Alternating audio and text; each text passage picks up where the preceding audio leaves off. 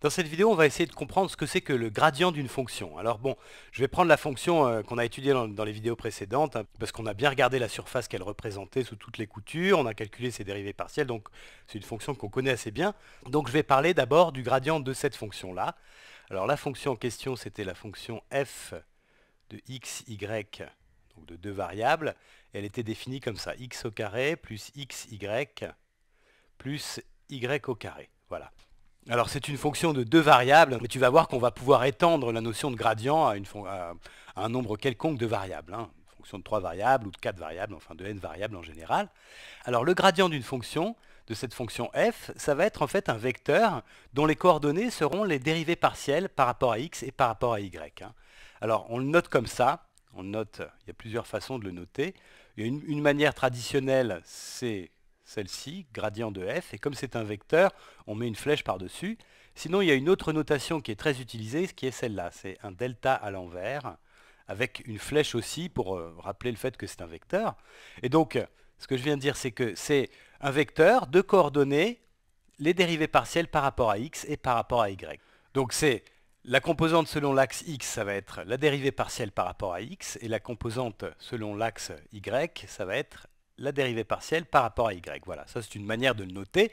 On peut l'écrire aussi comme ça, fx fois le vecteur i, vecteur unitaire i, qui est donc dans la direction des x, plus fy fois le vecteur j, qui est dans la direction des y. Et là, bon, on voit très bien comment est-ce qu'on peut généraliser ça aux cas de 3 dimensions, hein, de 3 variables. Il suffira de rajouter la dérivée partielle par rapport à z dans la direction du vecteur k, et même, si on veut, on peut généraliser ça au cas de n variables, hein, exactement de la même manière, en ajoutant à chaque fois la dérivée partielle par rapport à la variable dans la direction de cette variable. Voilà. Alors, ça c'est, donc je vais le renoter ici. C'est deux notations différentes. Il y en a une troisième qui est exactement la même, mais simplement qui fait intervenir la notation de dérivée partielle. Hein. Donc on peut le noter aussi comme ça. Le gradient de f, ça peut être aussi la dérivée partielle par rapport à x de la fonction f calculée au point xy dans la direction du vecteur i, plus la dérivée partielle par rapport à y de la fonction f de xy dans la direction du vecteur j. Voilà. Alors cette notation-là, elle a un intérêt, c'est qu'elle permet de voir le gradient comme un opérateur qu'on applique à une fonction donnée. Hein. Alors je vais préciser ça un petit peu. On définit un opérateur, gradient, qui va être celui-ci, et qui va être en fait défini de cette manière-là. La dérivée partielle par rapport à x dans la direction du vecteur i, plus la dérivée partielle par rapport à y dans la direction du vecteur j. Donc, une fois qu'on l'applique à une fonction précise, une fonction donnée f, eh bien, on obtient le gradient de la fonction. Voilà, c'est pour ça qu'on appelle ça un opérateur. Alors, tu vas voir que cette notion d'opérateur, elle prend un peu plus de sens une fois qu'on en a vu d'autres, hein, comme par exemple l'opérateur rotationnel. Voilà, enfin ça, on verra ça plus tard. Alors, autre chose qu'on peut remarquer avec cette notion d'opérateur, c'est qu'elle est très facilement généralisable au cas de n variables aussi, hein, comme le reste. Alors bon, avant d'aller voir ce que signifie le gradient d'une fonction, ce que ça représente, on va déjà calculer le gradient de notre fonction ici. Hein. Donc en fait, ça revient à calculer les dérivées partielles par rapport à x et par rapport à y. Ça, on l'a déjà fait dans une vidéo précédente, donc je vais aller un petit peu vite.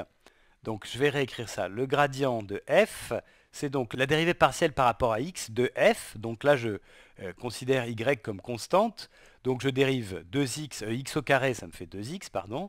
Je dérive ensuite xy, ben, il ne me reste plus que y, hein, puisque y est une constante, donc c'est un coefficient de x. Et la dérivée de y au carré, ça fait 0. Donc il me reste ici 2x plus y. Et ça, c'est la composante dans la direction des i. Voilà. Plus, alors maintenant je vais calculer la dérivée partielle de f par rapport à y. On avait déjà vu que c'était une expression tout à fait symétrique. Alors x au carré quand je dérive par rapport à y, ça me donne 0. Xy quand je dérive par rapport à y, ça me donne x. Et y au carré, ça me donne 2y. Donc finalement, ici, j'obtiens 2y plus x, qui est la composante dans la direction du vecteur j. Voilà. Donc ça, c'est le gradient de notre fonction f. Alors maintenant, on va essayer de voir ce que c'est que ce vecteur, hein. Qu'est-ce que ça veut dire que ces composantes, ce que représentent ces composantes et ce que représente le vecteur gradient de la fonction f. Alors déjà, bon, c'est un vecteur hein, qui est fonction des coordonnées x et y, hein, c'est-à-dire qu'à chaque point de coordonnées x et y, on associe un vecteur particulier qui a ces coordonnées-là, effectivement. Alors pour voir ça, pour essayer de visualiser ça un petit peu, j'ai préparé un fichier, en fait j'ai tracé la surface et puis j'ai placé les gradients. Alors je vais te montrer ça. Alors voilà, ça c'est la surface qu'on a déjà regardée plusieurs fois, là j'ai retracé la même, simplement là le logiciel a choisi des points et à chacun de ces points il a affiché les vecteurs qu'on a définis tout à l'heure. Alors bon, voilà, là ici ça c'est l'axe des x, hein, tu vois, donc je peux tourner un petit peu pour voir un petit peu mieux. Voilà, on voit l'axe des x, on voit le repère ici qui bouge en bas. Alors, en ce point-là, on a tracé ce vecteur ici, qui est en fait, donc la longueur de ce vecteur, c'est un vecteur dans l'axe des x, dans la direction des x, et sa norme, c'est la dérivée partielle de f par rapport à x. Hein. Donc là, on a exactement le vecteur dérivée partielle par rapport à x fois le vecteur i. Hein. Donc on a calculé la dérivée partielle de f par rapport à x, c'est-à-dire dans le sens des x croissants, hein, et on l'a prise dans le sens du vecteur i. Voilà. Alors de la même manière, ce vecteur qui est là, alors je ne sais pas si tu peux le voir très bien, je vais essayer de zoomer un petit peu pour essayer de le voir un petit peu mieux. Alors, voilà, on rentre à l'intérieur, on zoome. Alors bon là... on ne voit plus le repère là malheureusement, hein, donc c'est pas très pratique. Bon, ça c'est la direction des x, hein, de l'axe x, et ça c'est la direction de l'axe y. Il faut que tu me crois parce que c'est ce qu'on voyait tout à l'heure. Et donc ça c'est un vecteur dans la direction du vecteur j, hein, et sa longueur bah, c'est donné par la dérivée partielle de f par rapport à y. Hein. Donc ça c'est le vecteur qu'on a calculé tout à l'heure. Hein. Et quand on fait la somme de ces deux vecteurs, eh bien, on obtient ce vecteur-là, hein, qui est le gradient en fait de la fonction. Alors ce qui est intéressant à remarquer, c'est que ces trois vecteurs qui sont là, en fait ils sont tous les trois horizontaux, on peut dire. Ils sont dans un plan parallèle au plan xy. Hein. Et alors ça c'est intéressant. Pourquoi c'est intéressant? Eh bien parce qu'en fait ce gradient il donne en fait la direction selon laquelle on doit voyager si on veut avoir la pente maximale dans la direction des z. Hein. C'est ça que ça veut dire. Une autre manière de voir ça, c'est que la dérivée partielle par rapport à x, ça donne la pente dans la direction des x, puis la dérivée partielle par rapport à y donne la pente dans la direction des y. Mais en fait, on peut dériver dans n'importe quelle direction du plan, hein, et le gradient, justement, donne la direction dans laquelle la pente est la plus grande, et la plus importante. Bon, je vais essayer de dézoomer un petit peu ça, parce que j'aimerais bien qu'on puisse voir le repère. Alors, je dézoome un petit peu, voilà, pour qu'on puisse voir les axes. Hein. Voilà, là c'est pas mal. Alors, on voit ici les axes.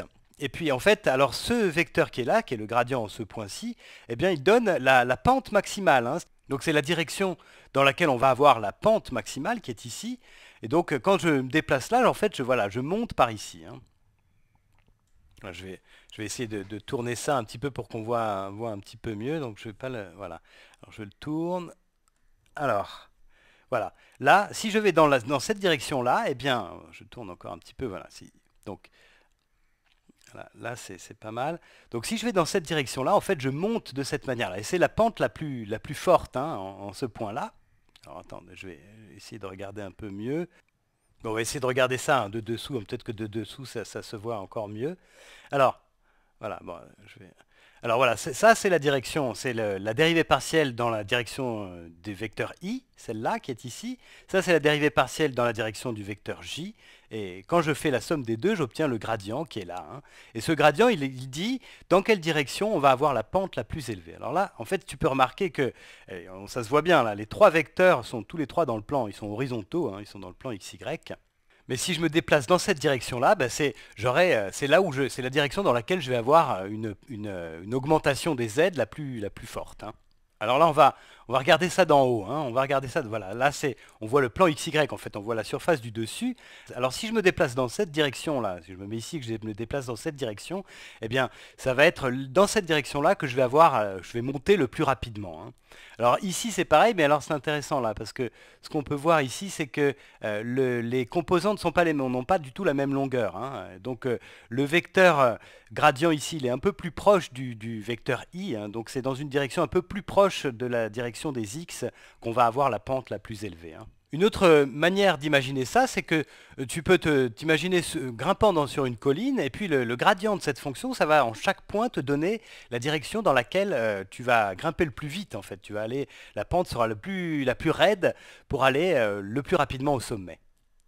Voilà, bon, ben, j'espère que ça t'aura aidé à comprendre un peu ce que ça veut dire que le gradient. On va continuer à travailler là-dessus dans d'autres vidéos, mais je pense que alors le côté mécanique de calcul du gradient d'une fonction, c'est vraiment pas quelque chose de compliqué. Ce qui est plus délicat, c'est d'arriver à comprendre effectivement ce que ça veut dire. Donc là, j'espère que ce qu'on vient de faire t'aura aidé. Et de toute façon, on se revoit pour la prochaine vidéo.